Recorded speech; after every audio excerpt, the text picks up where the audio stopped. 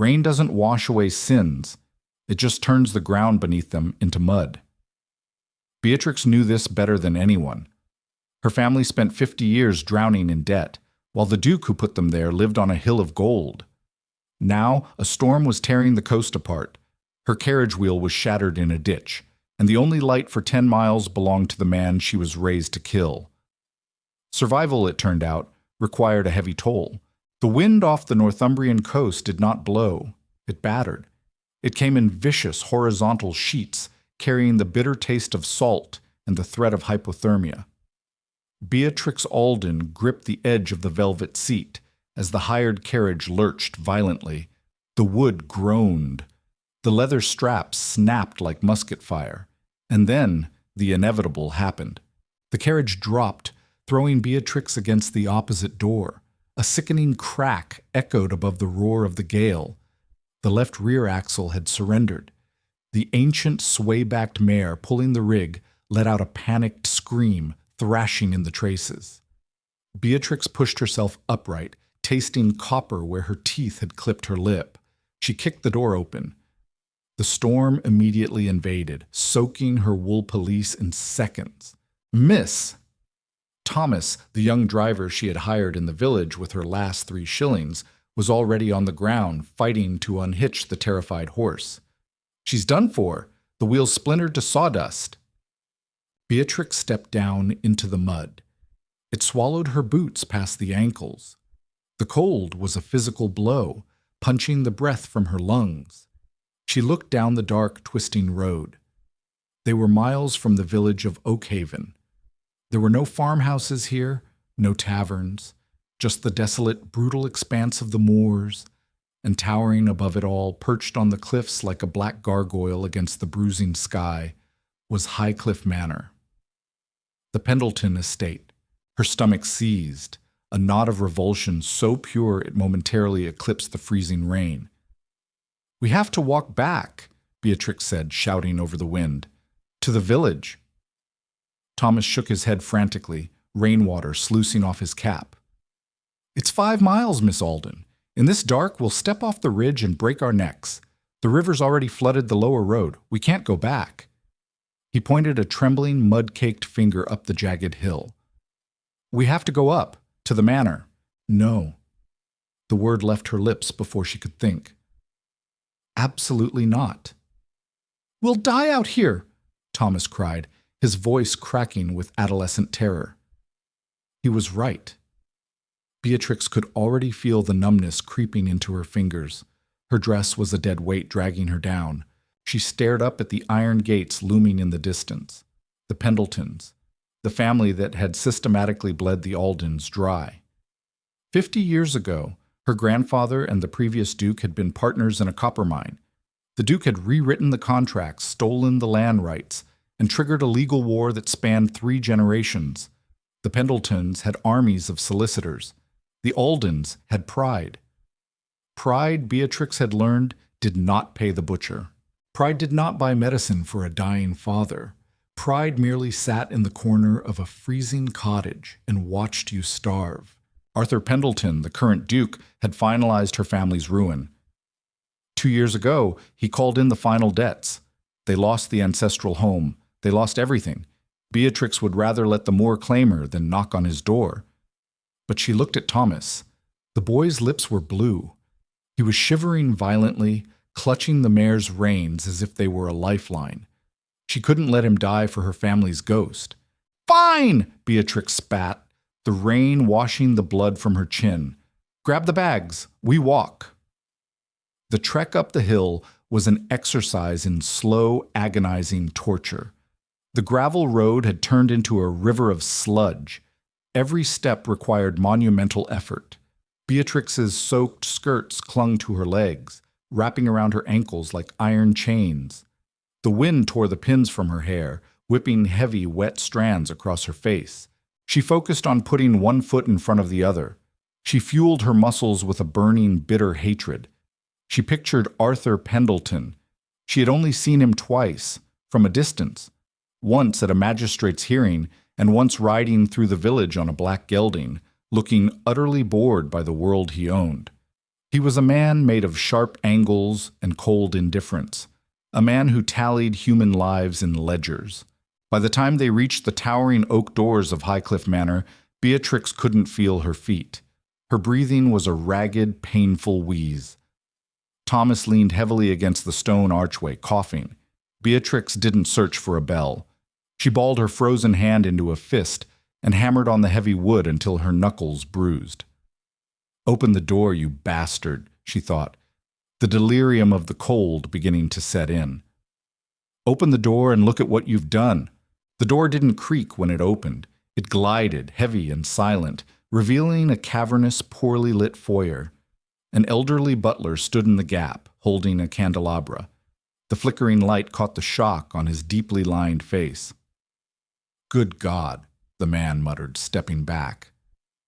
"My carriage," Beatrix forced the words past her chattering teeth, "broke down on the lower road. My driver needs a fire. Now." Before the butler could respond, a voice drifted from the shadows of the hall. It was a low, resonant baritone, carrying a distinct edge of annoyance. "If that is another tenant complaining about the roof, Linus, tell them my patience is as flooded as their cellars." Footsteps echoed against the marble floor. A figure stepped into the pool of candlelight. Arthur Pendleton. He was taller than she remembered. He wore no jacket, only a dark waistcoat over a white shirt that was unbuttoned at the collar, completely lacking the stiff, aristocratic formality she expected. He held a crystal glass of amber liquid in one hand. His dark hair was slightly rumpled, and there were deep bruised shadows beneath his eyes. He looked tired. He looked entirely human. Beatrix hated that the most. He stopped when he saw them. His gaze flicked from Thomas's shivering form to Beatrix. The annoyance in his eyes hardened into something entirely unreadable. "Miss Alden," he said. His voice was flat, betraying no surprise. He spoke her name not as a greeting, but as a diagnosis. "Your Grace," Beatrix replied.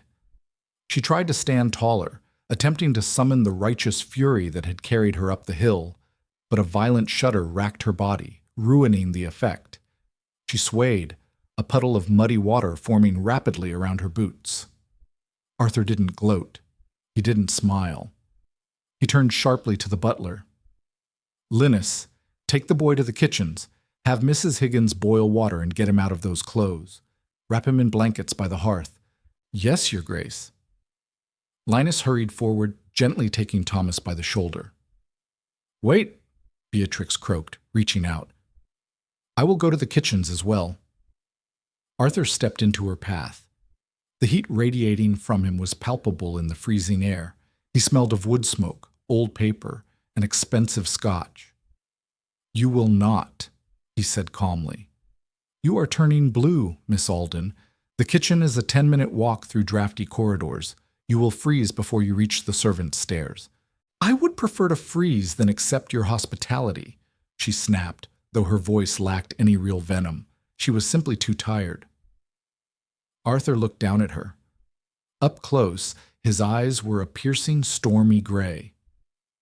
"I am sure the tragedy of your martyrdom would be profoundly poetic, but I do not want a corpse ruining my foyer rugs. They are antique." He didn't wait for her to argue. He reached out, his large hands gripping her shoulders. The contact shocked her. His grip was firm, impersonal, and startlingly warm.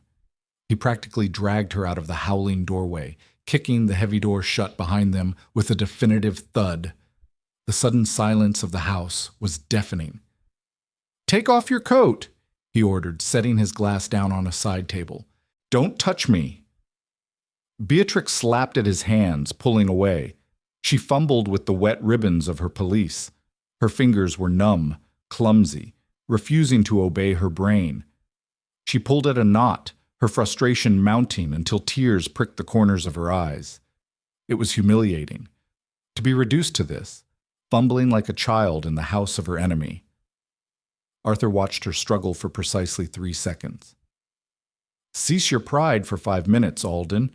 He stepped close again, batting her hands away. With efficient clinical movements, he worked the wet knot loose. He gripped the heavy sodden wool of her coat and peeled it off her shoulders. The weight of it dropping to the floor was an immediate relief, though underneath her cotton dress was plastered to her skin. He didn't linger. He didn't leer. He treated her like a piece of damaged cargo. He picked up a heavy wool blanket that had been draped over a hall chair and threw it around her shoulders, pulling it tight. "Come," he said, turning on his heel and striding down the hall. Beatrix had no choice but to follow. The house felt like a tomb. It was massive, opulent, and utterly devoid of life. There were no voices, no warmth, just endless corridors of dark wood, ancestral portraits staring down with disapproving eyes, and the relentless drumming of the rain against the tall windows. He led her into a library. It was the only room in the house that seemed alive. A massive fire roared in a stone hearth. Books were stacked haphazardly on tables and across leather chairs. It didn't look like the pristine retreat of a wealthy lord. It looked like a bunker. "Sit." He pointed to a wingback chair directly in front of the fire. Beatrix sat. The heat from the flames hit her face, a painful, stinging contrast to the cold in her bones. She pulled the blanket tighter, shivering so hard her teeth clicked together. Arthur walked to a side table and poured a generous measure of scotch from a crystal decanter into a clean glass. He walked back and held it out to her. Beatrix stared at it. "I don't drink spirits." "It isn't a social invitation, it's medicine," he said. His tone clipped. "Drink it, or I will have Linus hold you down and pour it down your throat." She glared at him, snatching the glass from his hand. The liquor burned a fiery trail down her throat, settling heavily in her empty stomach. She coughed, gasping for air. Arthur moved to the opposite chair and sat down, leaning forward, resting his elbows on his knees. He watched her. The silence stretched between them, thick and fraught with 50 years of inherited bitterness. "Why are you out in this?" he finally asked. "Traveling," Beatrix lied smoothly. Arthur raised an eyebrow.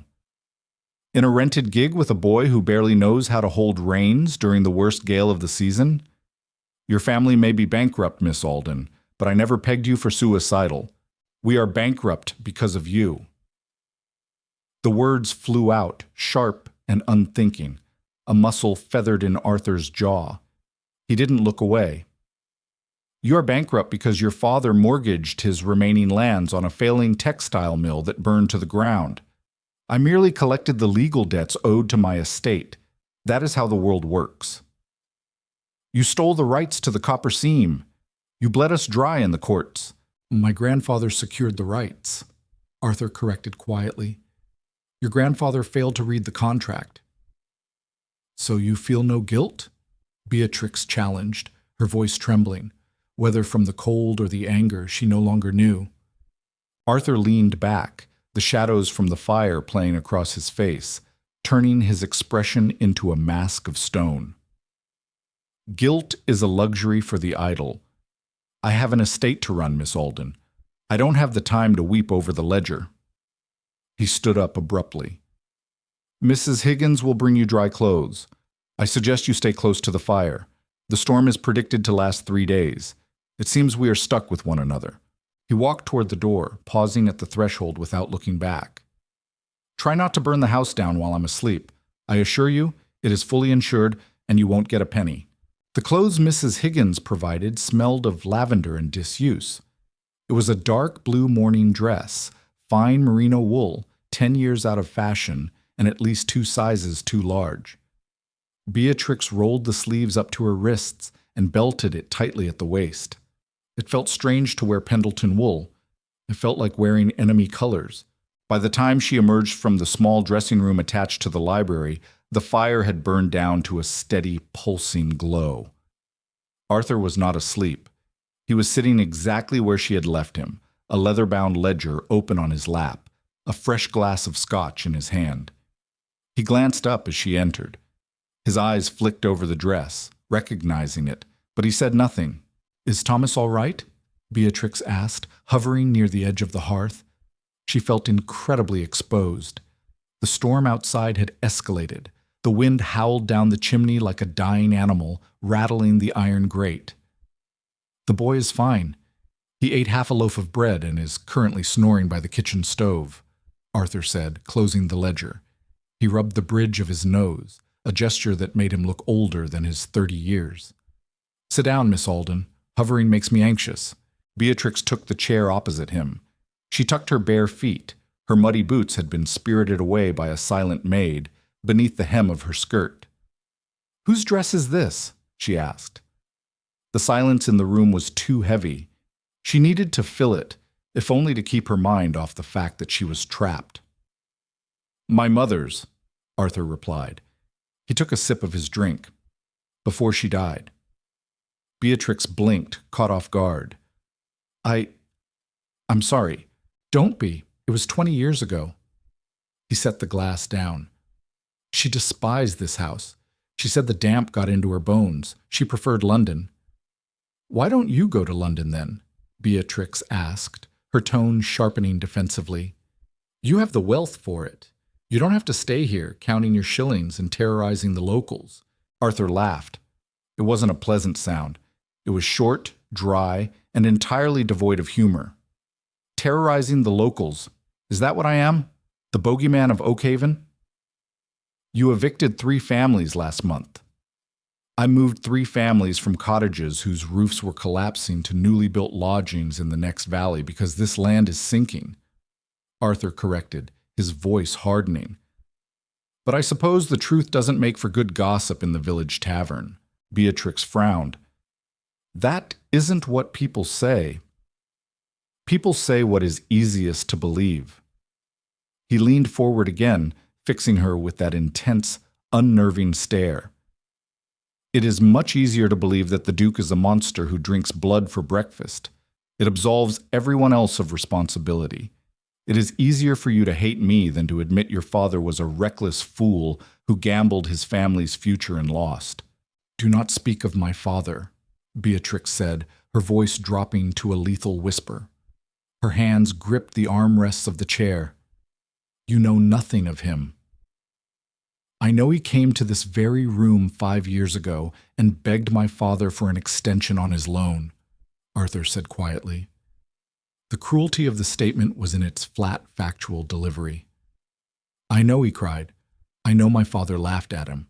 Beatrix felt the blood drain from her face. She felt sick. The image of her proud, stubborn father weeping in this room, humiliated by the Pendletons, twisted a knife in her gut. "You are a bastard," she whispered.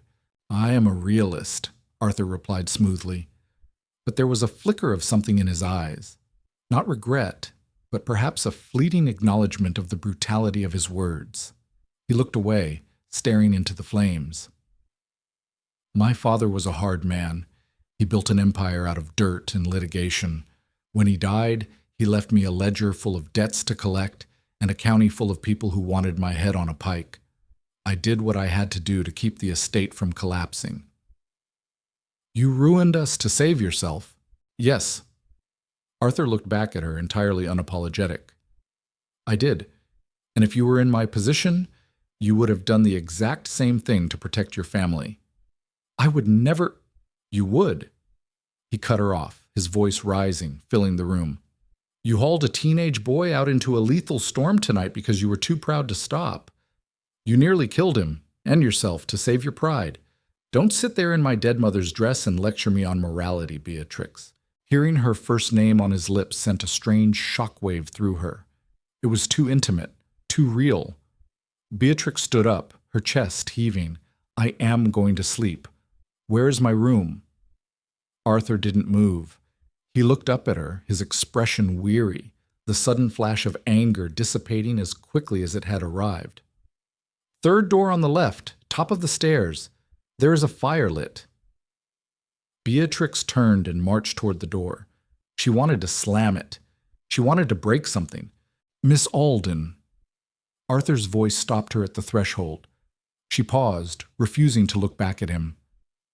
"The storm will not break until Thursday," he said, his voice stripped of the harshness, leaving only a quiet, resigned exhaustion. We cannot survive 3 days if every conversation is a war. Call a truce, just until the rain stops. Beatrix stared out into the dark, empty hallway. The wind hammered against the glass, a physical reminder of the trap she was in. She was exhausted. She was broken. And worst of all, she realized he was right. "A truce," she said to the empty hall. "Until the rain stops." She walked away without waiting for his reply, the heavy silence of Westford Hall pressing down on her shoulders. The hatred she had carried for so long, the hatred that had kept her warm on cold nights, suddenly felt very heavy and entirely useless. Morning arrived not with sunlight, but with a gradual bruised graying of the windows. Beatrix woke to the sound of water. It lashed against the glass in frantic, irregular rhythms. The storm had not broken. It had settled in, wrapping Highcliffe Manor in an impenetrable wall of wind and sea spray. She lay in the massive 4-poster bed for a long time. The mattress was stuffed with goose down, the sheets heavy linen. It was the most comfortable bed she had slept in since she was 16. She hated it. She hated that her muscles felt rested. She hated the faint smell of lavender clinging to the pillows. It felt like a betrayal. Beatrix pushed the heavy blankets aside. The fire in the hearth had died to white ash, and the air in the room was biting. She found her own clothes folded neatly on a chair by the door. Mrs. Higgins had washed and pressed them, though the hem of her skirt would never fully recover from the Northumbrian mud. She dressed quickly, shivering, her fingers fumbling with the tiny buttons of her bodice. When she stepped into the hallway, the house was silent save for the relentless storm. In the daylight, Highcliffe Manor lost some of its imposing menace, revealing a quiet, creeping decay. The wallpaper in the corridor, a rich damask, was peeling near the baseboards. A long, water-stained crack ran across the ceiling plaster. This was not the gilded fortress of a tyrant hoarding wealth. It was a massive, aging beast that required constant feeding. She found her way down the grand staircase, guided by the faint clatter of crockery. In the breakfast room, a sparse fire struggled against the damp drafts. There were no silver chafing dishes, no rows of exotic fruits, just a simple porcelain pot of tea, a loaf of brown bread, and a dish of butter on a long, scarred mahogany table. Arthur sat at the far end. He wore a simple dark coat and a linen cravat that lacked a pin. A pair of wire-rimmed spectacles sat low on his nose, framing the dark circles under his eyes. He was hunched over a spread of sprawling maps and ledgers, a piece of half-eaten toast abandoned on a plate beside him. He didn't look up as she entered. "There's porridge on the sideboard. The tea is still hot." Beatrix poured a cup. The porcelain was chipped.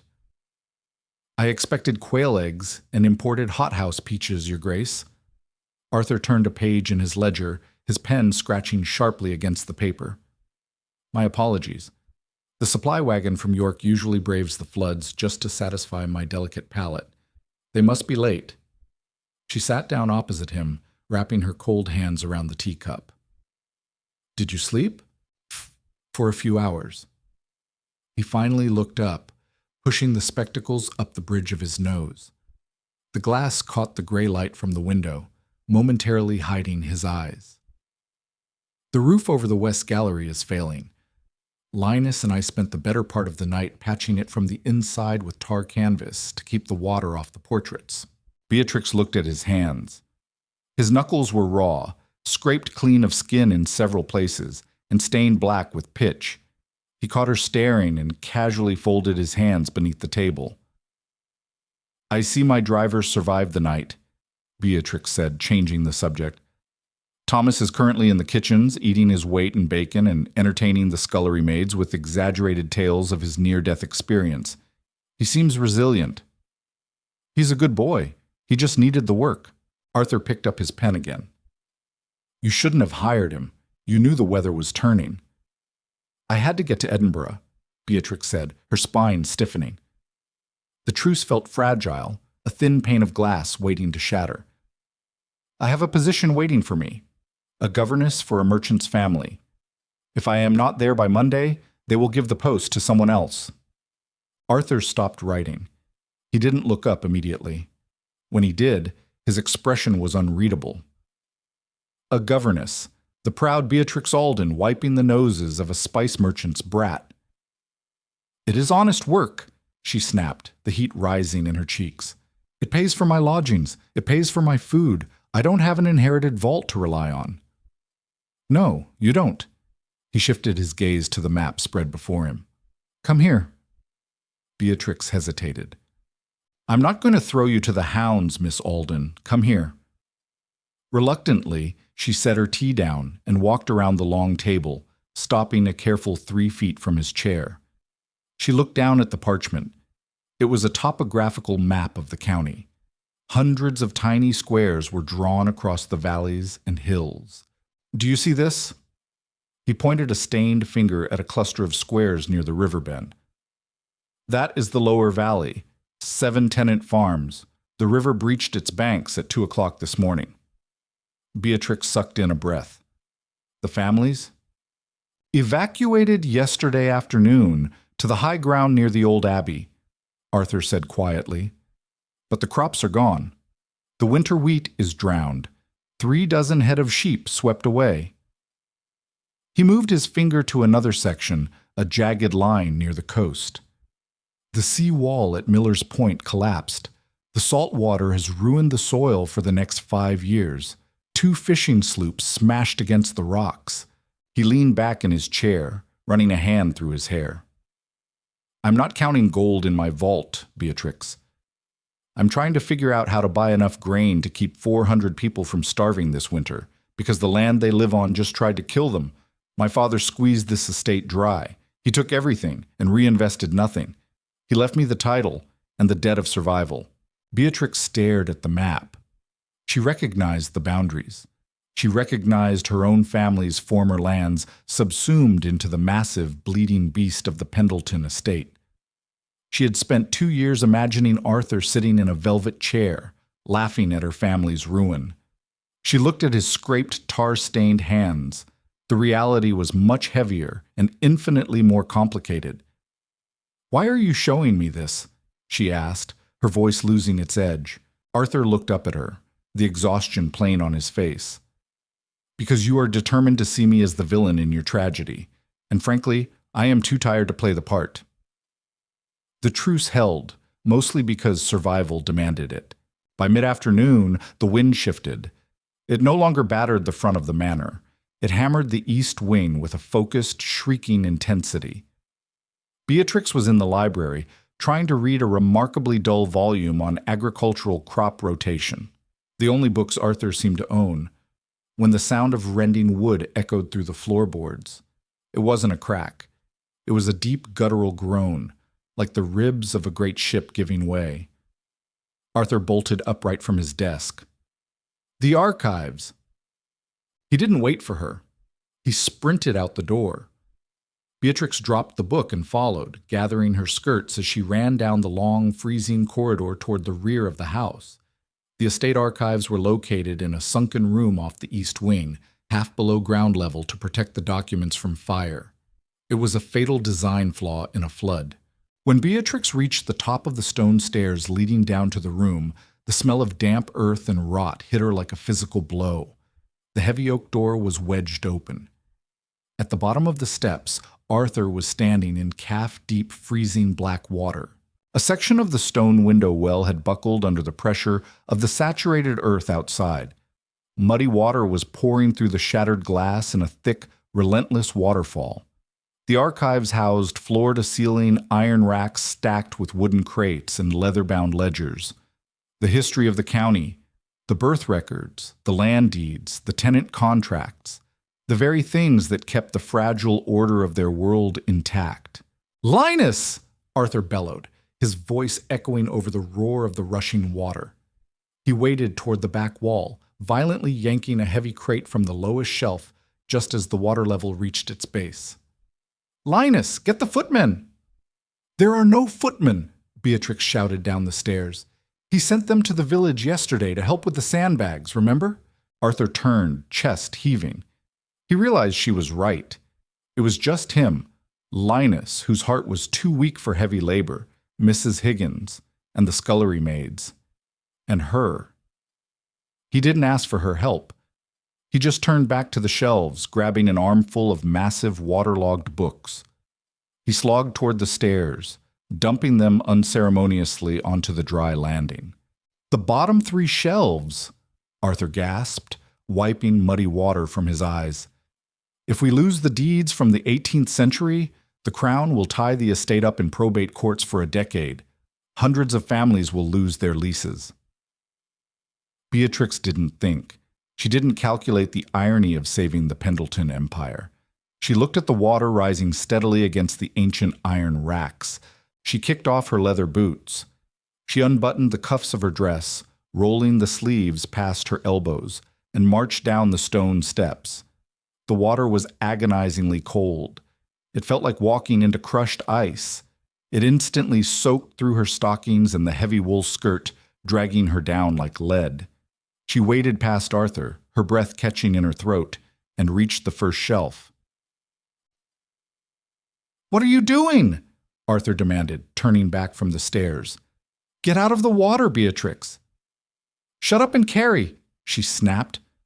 She grabbed a heavy, brass-bound ledger. It weighed easily 20 pounds. She hauled it against her chest, the damp leather soaking her bodice, and waded toward the stairs, dropping it beside his pile. Arthur stared at her for a fraction of a second. Then he stripped off his coat, tossing it onto the stairs, and went back into the flood. For the next hour, they did not speak. They worked in a brutal, synchronized rhythm. Beatrix took the smaller boxes and individual ledgers. Arthur took the massive wooden crates, his shirt soaked through, the muscles in his back and shoulders straining against the wet linen. The water rose to their knees, turning black with dirt and dissolved paper. Beatrix's arms burned. Her hands went numb. She slipped twice on the slimy stone floor, dropping to her knees in the freezing muck, but each time she forced herself back up. She felt a bizarre, frantic energy. It was a physical release. Years of quiet, suffocating poverty.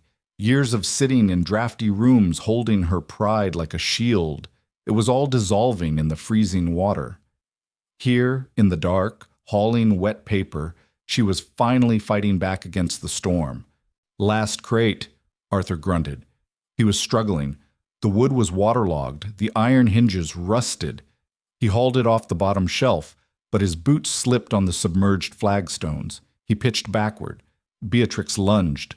She slammed her shoulder against the side of the crate, wedging herself between the heavy wood and the iron rack, acting as a human brace. The impact knocked the wind out of her, pain radiating down her collarbone. "I have it," she gasped, her boots finding purchase on the uneven floor. Arthur regained his balance, his face inches from hers. He was breathing hard. A streak of mud smeared across his cheekbone. Water dripped from his dark hair, trailing down his neck. The physical proximity was sudden and overwhelming. She could feel the heat radiating from him despite the freezing water. She could smell the rain, the sweat, and the damp earth on his skin. He didn't move away immediately. His gray eyes locked onto hers. The hostility was gone, replaced by a raw, startling intensity. For a second, the roar of the water pouring through the window faded into background noise. "Let's move it," Arthur said, his voice dropping an octave, raspy and low. Together, they hoisted the crate, their hands brushing against each other under the wet wood. They hauled it up the stairs and dropped it onto the landing. Arthur collapsed onto the top step, resting his elbows on his knees, his head bowed. Beatrix sat beside him, ignoring the fact that she was dripping muddy water all over the antique runner. She leaned her head back against the wall, her chest heaving, staring at the vaulted ceiling. "Thank you," Arthur said. The words were quiet, almost lost to the sound of the flooded room below. Beatrix turned her head. He was looking at her, really looking at her, not as an Alden, not as a problem to be solved. "You're welcome," she replied softly. Evening fell like a heavy curtain. The wind finally began to drop, the frantic screaming settling into a low, steady moan. They were back in the library. They had washed the worst of the mud from their skin in the kitchens with basins of hot water. Beatrix was back in the oversized blue wool dress. Arthur wore a clean white shirt, the sleeves rolled up to his forearms, and a pair of dry trousers. He had abandoned his cravat entirely. They sat on the floor in front of the massive hearth. The chairs had been pushed back to make room for the salvaged ledgers. The heat of the fire baked the dampness from the air, making the room smell of wood smoke and old parchment. Beatrix had a towel draped over her wet hair. She was carefully turning the pages of a 1790 census ledger, dabbing the moisture from the edges with a cloth. Arthur was beside her, examining a stack of tenant leases. The silence between them was no longer hostile. It was companionable. The physical labor had burned away the posturing. They were just a man and a woman, exhausted and battered, sitting by a fire. "I found it," Beatrix said quietly, breaking the silence. Arthur looked over. "Found what?" She hesitated, her fingers hovering over a heavy parchment page near the back of the ledger. "The contract, the original copper mine agreement, between your grandfather, George Pendleton, and mine, Silas Alden." Arthur set down the lease he was holding. He shifted closer to her, his knee brushing against her heavy wool skirt. He leaned in to look at the book in her lap. "I have never actually read it," Beatrix admitted, her voice tight. "My father only ever told me what it meant, that your family stole our future." "Read it," Arthur said gently. There was no mocking in his tone, only a quiet, heavy truth waiting to be uncovered. Beatrix traced the faded black ink. The handwriting was sharp and precise. She read the clauses silently. As her eyes moved down the page, a cold knot formed in her stomach. It had nothing to do with the temperature of the room. It wasn't a theft. It was a gamble. The contract clearly stated that Silas Alden was taking a loan from George Pendleton against the future yields of the mine. If the mine failed to produce a specific tonnage of copper within 5 years, the land rights defaulted entirely to the Pendleton estate to cover the financial loss. Her grandfather hadn't been tricked. He had been desperate. He had risked the ancestral land on a geological guess, and he had lost. The Pendletons hadn't stolen the land. They had simply enforced a brutal, ruinous penalty that her own blood had signed away. Beatrix closed the ledger with a soft thud.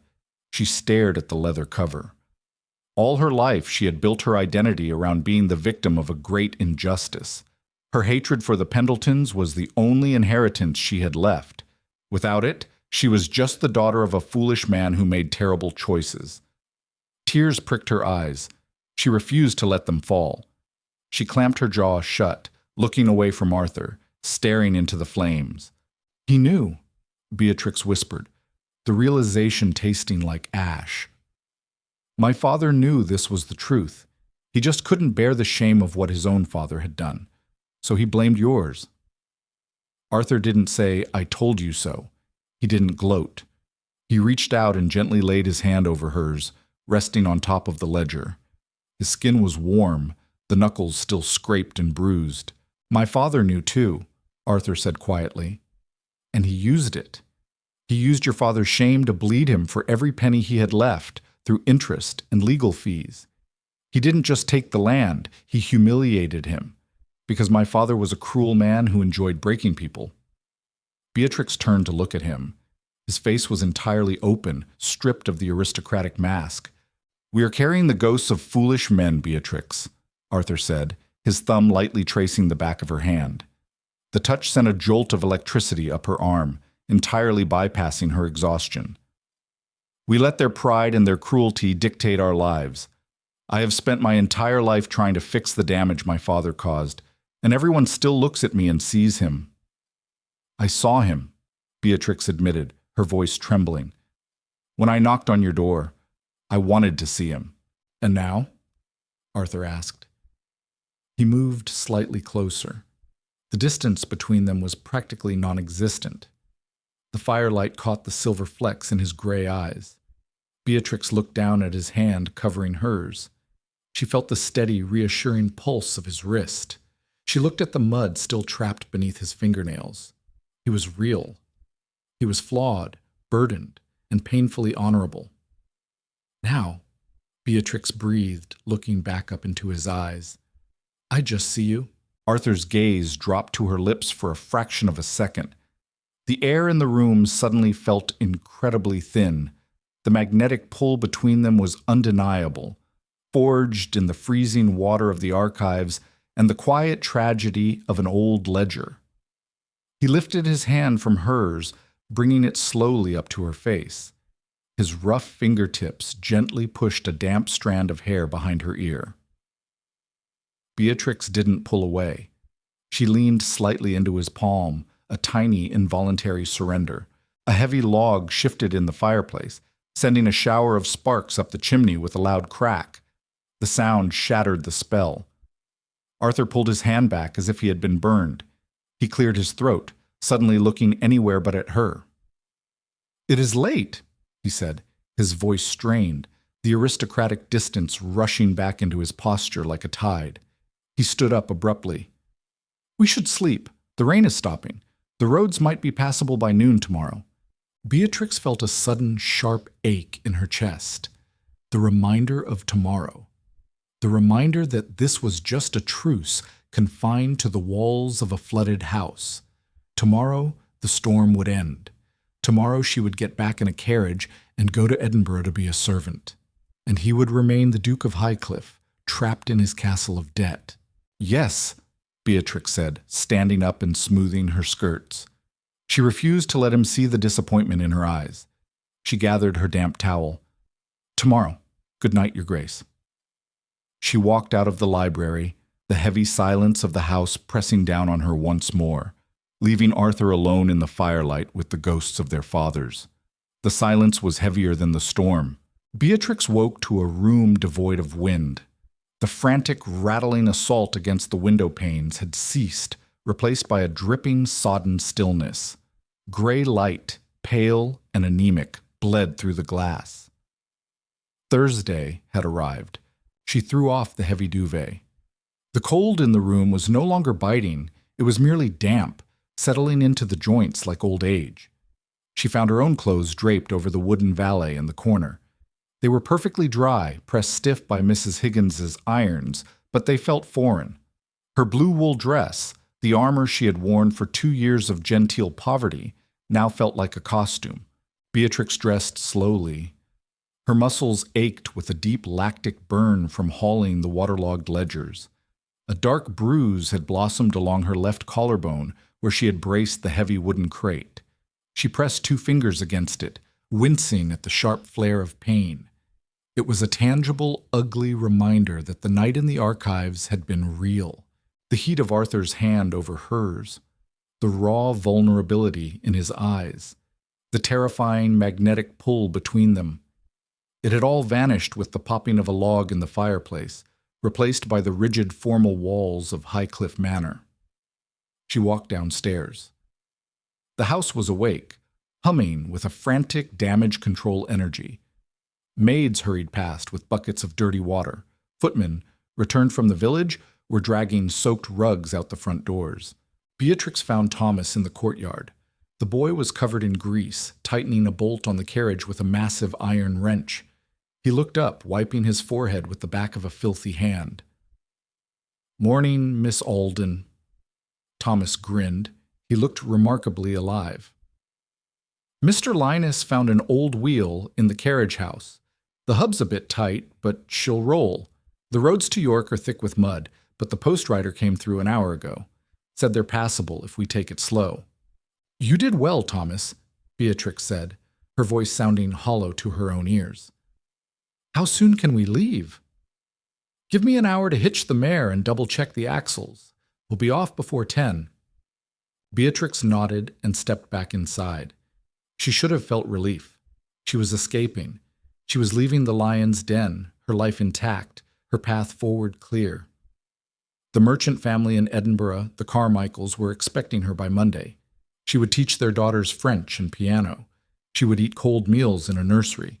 She would fade into the gray background of someone else's life. She found Arthur in the main hall.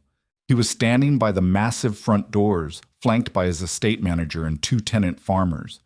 The men were covered in mud, their faces etched with exhaustion. Arthur wore his dark coat, fully buttoned. His cravat was tied with ruthless precision. The exhaustion in his face was masked by a wall of aristocratic authority. He was the Duke of Highcliffe again. The man who had sat on the floor in the firelight was entirely gone. "We need 50 tons of grain from the York storehouses by Tuesday," Arthur was saying, his voice sharp and commanding. "Draw from the estate's emergency reserves. I don't care what the Merchant Guild says about the price gouging. Tell them if they overcharge us by a single copper, I will permanently close their access to the toll roads through my lands." "Yes, Your Grace," the manager said, furiously scribbling on a slate. Arthur looked up. His eyes met Beatrix's across the cavernous hall. The conversation died. The farmers shifted uncomfortably, pulling their caps from their heads at the sight of a lady. "Miss Alden," Arthur said. His voice was perfectly level, perfectly polite. It was a verbal door slamming in her face. "Your Grace," Beatrix replied, forcing her spine straight. She walked toward him, ignoring the ache in her legs. "My driver informs me the carriage is repaired. We will be leaving within the hour." Arthur didn't blink. He didn't offer a smile. He looked at her with the cool, assessing gaze of a man finalizing a business transaction. "I'm glad to hear it. The roads will be treacherous. I will have Linus pack provisions for your journey." "That isn't necessary," she said quickly. "It is entirely necessary. You are leaving my property, Miss Alden. I will not have it said that a guest starved on the King's Road under my watch." He turned back to his manager. "See to the grain, Mr. Harrison. We convene in the study in 20 minutes. The men nodded and hurried away, leaving Arthur and Beatrix alone in the center of the foyer. The massive front doors were propped open, letting in the smell of wet earth and crushed pine. "Arthur!" Beatrix started, her voice dropping, softening against her will. "I have spoken to the magistrate in York," Arthur interrupted smoothly, stepping backward. "He owes me a favor.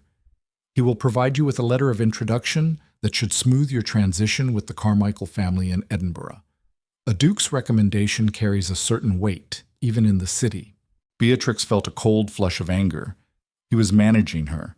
He was arranging her departure like a logistical problem on his ledger. "I don't want your recommendation," she said quietly. "Take it anyway. Pride is a poor substitute for a warm bed." He looked past her, toward the courtyard where Thomas was leading the mare. "Have a safe journey, Beatrix. Try not to break any more wheels." He didn't wait for her to reply. He turned on his heel and walked toward the east wing, his boots clicking sharply against the marble floor. Beatrix stood alone in the hall, her hands curled into fists at her sides. She wanted to scream at him. She wanted to throw the antique vase sitting on the console table at his head. But most of all, she wanted him to turn around. He didn't. He disappeared into the shadows of the corridor, leaving her with the cold air rushing through the open door. The carriage lurched forward, the mismatched wheels squealing a high, rhythmic protest against the wet gravel. Beatrix sat stiffly on the velvet bench, her hands folded tightly in her lap. Highcliffe Manor shrank in the small window, a dark, hulking silhouette against the pale sky. She didn't look back. She stared at the cracked leather of the opposite seat, focusing on the slow, agonizing crawl down the steep hill. The devastation of the lower valley was absolute. As they reached the bottom of the ridge, the world turned into a bruised wasteland of brown water and flattened crops. Fences were gone. Entire stone walls had been reduced to rubble. Men and women were wading through the knee-deep muck of their ruined fields, trying to salvage splintered tools and drowned livestock. Beatrix watched them through the glass. These were the people Arthur was trying to save. This was the crushing weight he carried while the rest of the county called him a tyrant. She thought of the ledgers in the flooded archives. She thought of her father, weeping in the library, hiding his own failures behind a fabricated feud. Her entire life had been built on a foundation of inherited resentment. She had clung to her hatred of Arthur Pendleton because it was the only thing that made her feel powerful. And now she was leaving. She was going to Edinburgh to teach spoiled children how to conjugate French verbs, while the only man who had ever truly seen her fought a losing war against the mud and the debt. The carriage hit a deep rut, throwing her violently against the side panel. The pain in her bruised collarbone flared brilliantly. Beatrix gasped, pressing her hand to her chest. The physical pain broke the dam. She wasn't angry at Arthur for shutting her out. She was angry at herself for letting him. She had seen the terror in his eyes when he pulled his hand away in the firelight. It wasn't disgust, it was fear. He was terrified of dragging her down with him. He thought he was doing the honorable thing by sending her away, cleanly and coldly. Coward, she thought, the tears finally spilling over her lashes, hot and furious. We are both absolute cowards. 5 miles behind her, Arthur sat at his mahogany desk in the study. The room was freezing. The fire hadn't been lit. He stared at the ledger open in front of him. The ink numbers blurred into meaningless black lines. 50 tons of grain, 3 collapsed roofs, 400 mouths to feed. The math was impossible. The estate was bleeding to death, and he was holding the tourniquet alone. He looked at the empty leather chair opposite his desk. He remembered the way Beatrix had looked standing in the freezing black water of the archives, her soaked dress clinging to her, her jaw set in a line of pure, stubborn defiance. She hadn't complained. She hadn't panicked. She had just put her shoulder against the wood and held the line. She was the strongest thing he had ever encountered. Arthur closed his eyes, resting his forehead against his palms. The silence of the house pressed against his eardrums. It was the same silence he had lived in for years, but today it felt entirely different. It didn't feel like peace. It felt like a tomb. He had sent her away because he had nothing to offer her. His title was a hollow shell.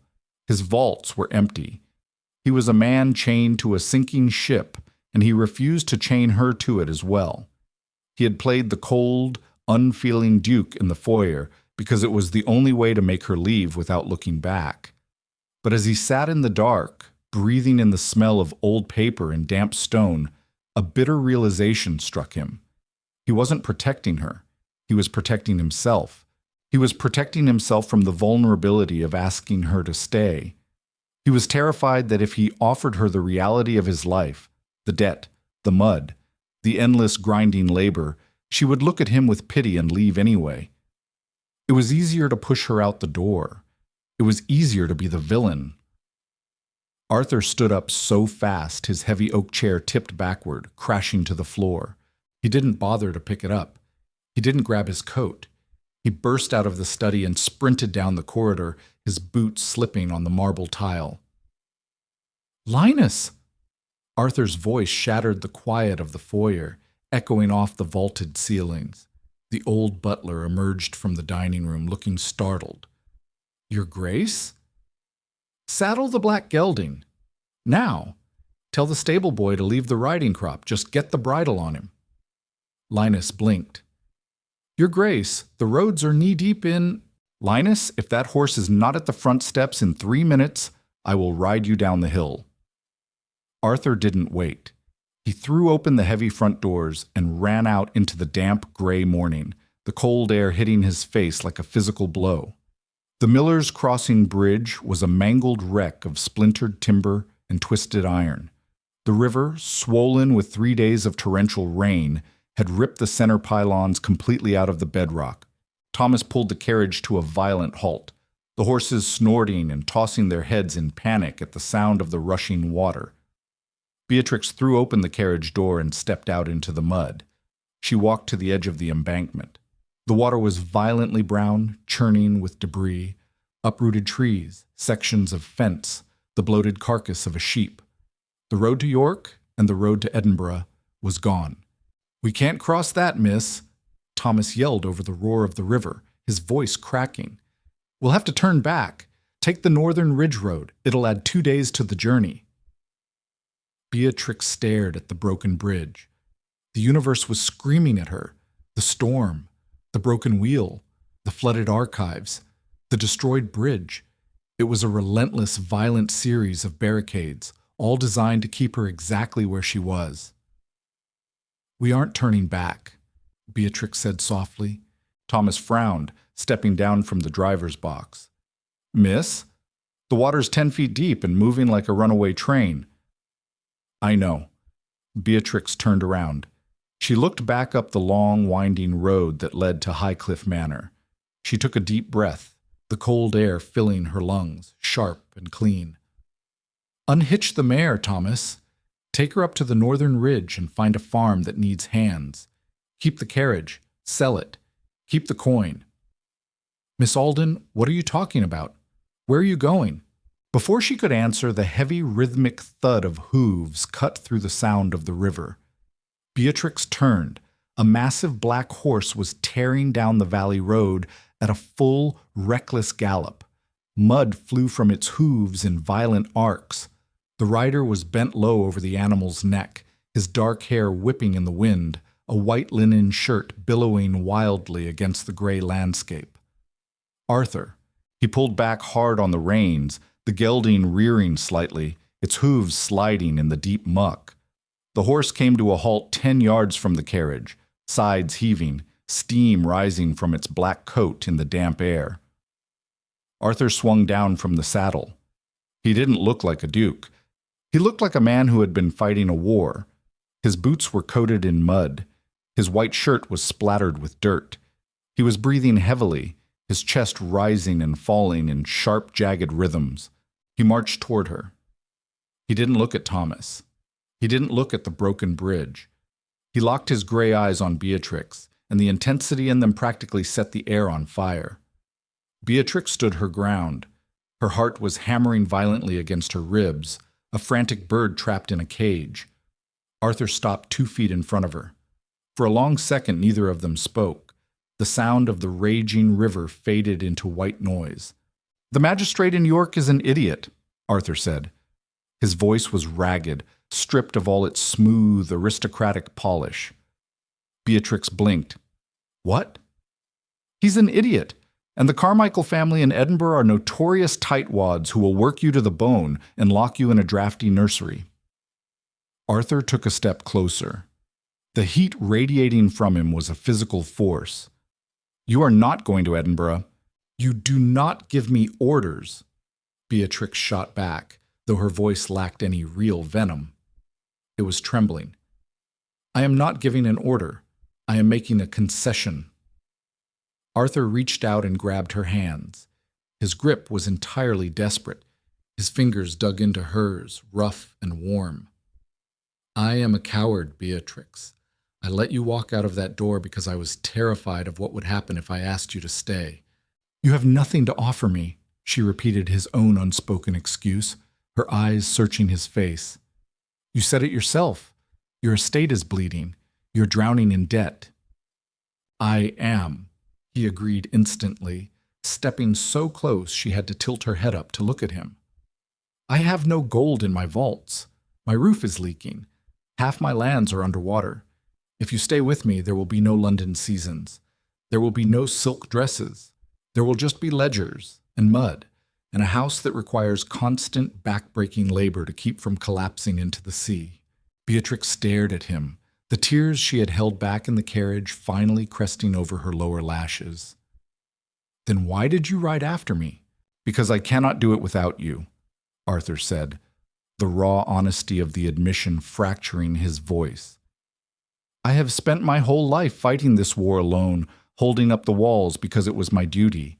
But last night, in the water, you held them with me. You didn't flinch. You didn't look at me like a monster. And you didn't look at me like a savior. You just looked at me." He released her hands and brought his palms up to cradle her face. His thumbs gently brushed the tears from her cheeks, smearing a trace of mud across her cheekbone. "I don't want a truce, Beatrix," Arthur whispered, leaning his forehead against hers. "I want the war, but only if I fight it with you." Beatrix closed her eyes, a shattered, breathless laugh escaping her lips. The heavy, suffocating weight she had carried for 2 years. The pride, the bitterness, the exhaustion of fighting a ghost evaporated. She opened her eyes and looked at the man who had ruined her family, only to realize he was the only man capable of saving her. "I hate silk dresses," Beatrix whispered. Arthur let out a sound that was half laugh, half groan. He didn't hesitate. He pulled her against him, crushing his mouth to hers. It wasn't a gentle, polite kiss. It was a collision. It tasted of rain and salt and desperate, overwhelming relief. Beatrix threw her arms around his neck, her fingers tangling in his dark, damp hair. She kissed him back with all the ferocity she had spent her life suppressing. She didn't care about the mud soaking the hem of her skirt. She didn't care about the carriage, or Thomas staring in shock, or the raging river. Arthur's arms wrapped around her waist, lifting her slightly off the ground, holding her against his chest, as if he was afraid the wind might tear her away. He kissed her until her lungs burned, until the cold in her bones was entirely eradicated by the fire racing through her veins. When he finally pulled back, they were both gasping for air. Arthur rested his forehead against hers, his eyes closed, a genuine, unguarded smile breaking across his face. It erased the shadows beneath his eyes. He looked young. He looked free. "Come home," he murmured against her lips. Beatrix looked up at the towering, jagged silhouette of Highcliffe Manor sitting on the distant ridge. It was a fortress of debt. It was a crumbling relic. It was a mess. She looked back at Arthur. "Show me the ledgers," she said. Arthur laughed, a bright, clear sound that carried over the rushing water. He took her hand, lacing his fingers tightly through hers, and together they turned their backs on the broken bridge and began the long walk up the muddy hill. The rain had finally stopped. The ground was ruined, but the sky was beginning to clear. If this story moved you, you're not alone. The journey of Beatrix and Arthur proves that true romance isn't found in perfect mansions or endless wealth. It's forged in the mud, through shared burdens, and the courage to let go of inherited hatred. Love is choosing to rebuild the ruins together. Did you see that ending coming? What would you do if you were trapped with your worst enemy? Let me know your thoughts in the comments below. If you love this grounded, emotional romance, please hit that like button, share it with a friend, and subscribe for more.